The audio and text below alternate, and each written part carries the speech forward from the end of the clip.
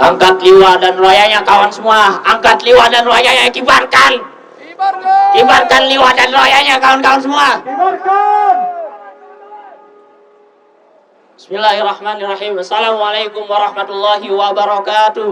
Waalaikumsalam warahmatullahi wabarakatuh. Alhamdulillah wa kafa. Salatu wassalamu ala Rasulillahil Mustafa wa ala alihi wa sahbihi wa man wafa. Alhamdulillah, teman-teman sekalian, kawan-kawan sekalian, para pelajar, para santri, segenap kaum muslimin, segenap para aparatur pemerintah yang dirahmati Allah Subhanahu wa taala. Pada sore hari ini, berdirinya kita di sini, hadirnya kita di sini, sama-sama berkumpul untuk sama-sama menjalankan sebuah aksi demo dalam bentuk kegelisahan kita, keresahan kita terhadap saudara-saudara kita di Palestina yang ditindas.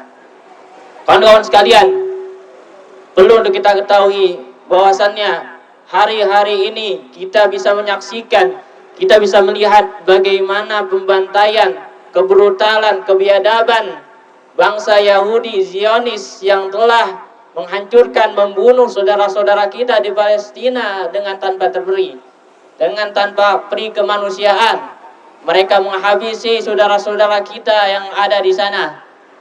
Mereka menghancurkan rumah sakit di sana.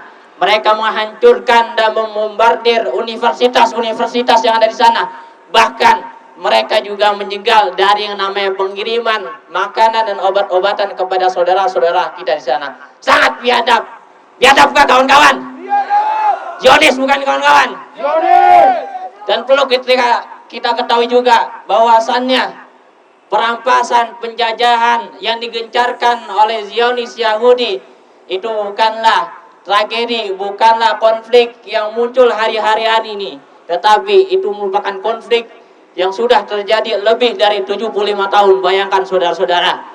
Bisa kita ketahui bersama juga, Palestina, tanahnya kaum muslimin, tanah yang Allah berkahi, tanahnya peninggalan para nabi, tanahnya yang di sana ada Masjidil Aqsa, kiblat pertama kaum muslimin, kemudian direbut, diambil secara paksa oleh Zionis. Terima gak kawan-kawan? Tidak. Terima gak kawan-kawan? Tidak.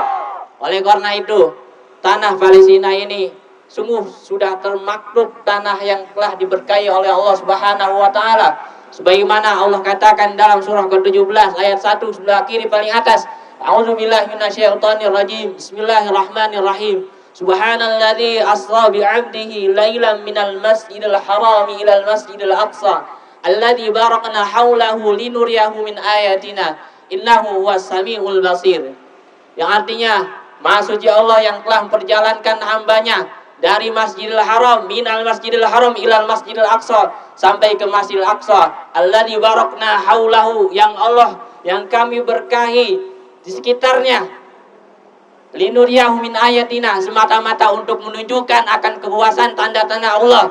Innahu huwas samiul basir, sungguhnya Allah Maha mendengar dan Maha mengetahui. Kawan-kawan sekalian, Zionis Yahudi ini tentu pantas untuk kita katakan sebagai penjajah, pantas untuk kita katakan sebagai perampas.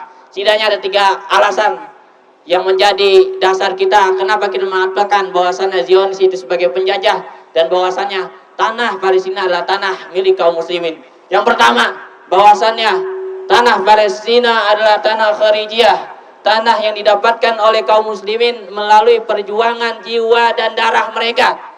Hal ini mula-mula terjadi ketika Khalifah Umar bin Khattab pada tahun 637 Masehi membebaskan tanah tersebut, dan akhirnya Palestina, wilayah Syam ini menjadi bagian dari daulah khilafah Islamiyah ketika itu yang berpusat di Madinah Al-Munawwarah.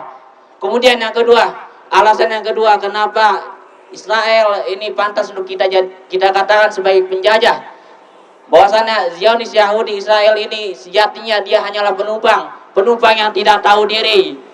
Dia bagaikan benalu yang menyusahkan saudara-saudara kita di Palestina. Ketika mereka diberikan tumpangan, mereka malah melunjak. Mereka ingin merampas tanah tersebut dengan secara paksa. Maka sudah wajar jikalau kawan-kawan, jikalau saudara-saudara kita di Palestina sana merebut kembali tanah hak milik mereka, memperjuangkan tanah milik mereka karena jihad kepada Allah Subhanahu wa taala.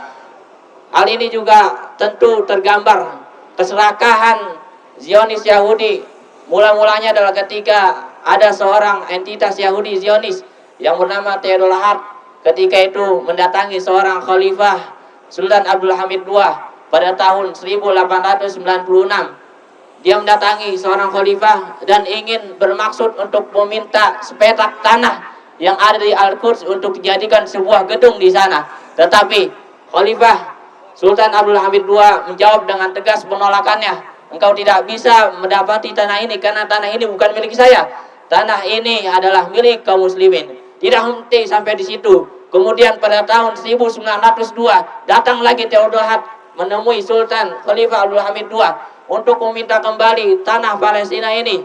Kemudian Khalifah Abdul Hamid II menjawab dengan tegas, tanah Palestina ini bukan tanah saya. Tanah Palestina ini adalah tanahnya, miliknya kaum muslimin. Engkau bisa mendapat di tanah ini ketika khilafah ini hilang.